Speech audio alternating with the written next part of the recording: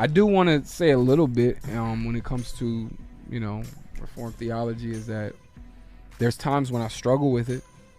There's times that I'm like, I don't know if this is totally biblical. I'm just being honest with y'all today. I'm not always considering myself, this. First of all, I don't refer to myself as a 5-point Calvinist, but there's times when sometimes it's even hard to consider myself reformed on certain areas. Like, I feel like the black sheep sometimes, and when it comes to Reformed theology, sometimes I feel like the black sheep within the Reformed congregation that I'm at. So that's just me being honest with y'all, because sometimes I can't say that I hold to a strictly Reformed perspective. So I'm still learning. I'm still wrestling. I'm still seeking God on some matters and all that. So if you feel the same way, I just want to give you encouragement, man. Keep on fighting. Keep on wrestling with God, and keep on wrestling with the scriptures when it comes to this stuff. Don't just wrestle with the commentaries and the books that are out there. Wrestle with the Bible.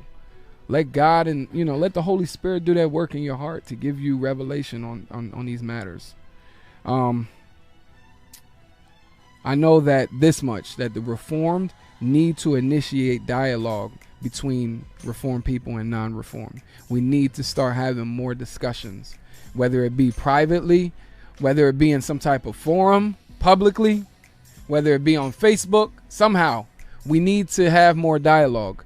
We can't just be in our caves with it. Not to bring up the cave stage again, but we can't just be in our caves with it. We have to be, and we can't just be upfront and personal in your face with it either. There has to be some type of humility on our part, that we come to somebody else's perspective and really try to reason with them and help them understand what we believe, instead of just letting them think this is what they believe. Let me go further with that. It's easy to study these things in our home, the Reformed theology. It's easy to call yourself Reformed in your homes and to preach it in your churches, but to walk into the world and try to live it out and express Reformed theology, it's tough, y'all. And sometimes it's even cringeworthy. So there's going to be those tough times, and it's very challenging. The fact that, and I said this last night, is that, because so many of the beliefs that come from the Reformed camp are biblical, it's no wonder why the world is at odds with what we believe. Yeah. It's no wonder why we find ourselves in tough situations, because we're going against the world's message and the world's beliefs. So it's sacrificial, but I think it's a biblical thing to do, to look into this Reformed theology and these Reformed guys and enter these Reformed churches and see what it's about, y'all. So I wanted to talk about this book right here, The Unquenchable Flame. Let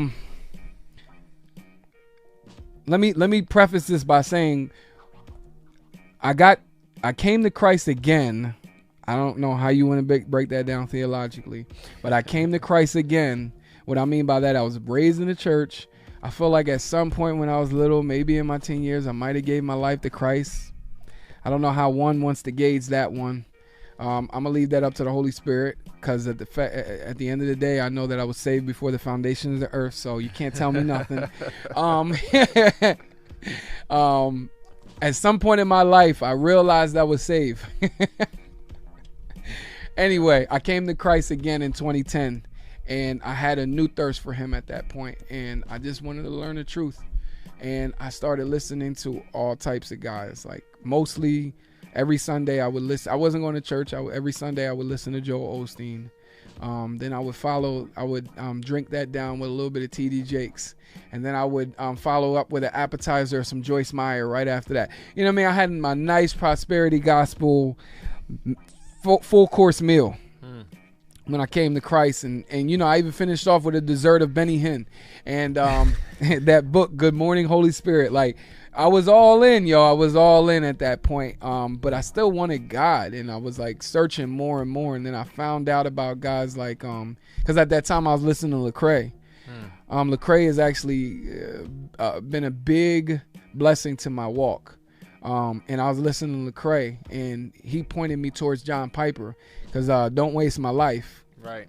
Then I heard other ones from him, and John Piper and John MacArthur and R.C. Sproul and all these guys they were naming, and I started looking them up on Google and YouTube, and I started listening to all their sermons, and there was a stage where I listened to nothing but John Piper. Listened to his sermons while I was sleeping. I would download them and play them while I was asleep, so I would get the word of John Piper in my heart. No, I was hardcore into it, and I didn't even realize that those guys were all Reformed. And then one day I found out, I think I follow Reformed theology. Then I was like, well, let me look into this. Yeah, that was a lot. I found out, I think I follow Reformed theology. Let me look into this. And I ran into, I was going to a gathering at that point, and Abner helped me out with that. Stract. He recommended a book. This book. And I was like, what's the name of that book? He sent it to me, the title, and I looked it up and I ordered it online. It's called The Unquenchable Flame by Michael Reeves. And it talks all about discovering the heart of the Reformation.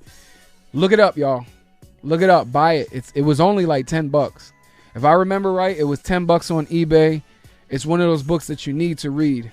If you want to honestly look into the Reformation and what guys like Martin Luther and Zwingli and all those other guys, and Tyndale and all those other guys, like the work that and the contributions they brought to the table, and John Huss, all those guys, they really help you to find out what it is that we've been talking about this whole episode. This Reformed theology, and how it started off, and even the fact that it originated before the quote unquote Reformation. You know what I mean? It's been a thing that's been happening. God has constantly been reforming his people throughout redemptive history. That's another reformed term for you right there. But look it up, y'all, for real. It's one of those books. It's not a hard read. It's pretty easy to read. Not a lot of theological terms in it. It's just straight up. It's only 200 pages. 190 pages, and it's a blessing. Y'all look it up. Here's a big one. Y'all can oh, you just threw that in the comment section. Yeah. Nice. Yeah. The Institutes of the Christian Religion by John Calvin. It's a classic, very dense, not in a good way. But yeah, this big thing right here is pretty dope. It's an exercise. You know what I'm saying? Mm-hmm. Definitely an exercise. I've never read that, but I've heard good things about it. Yeah, it's a lot. It is. I think the way to use it is just a reference.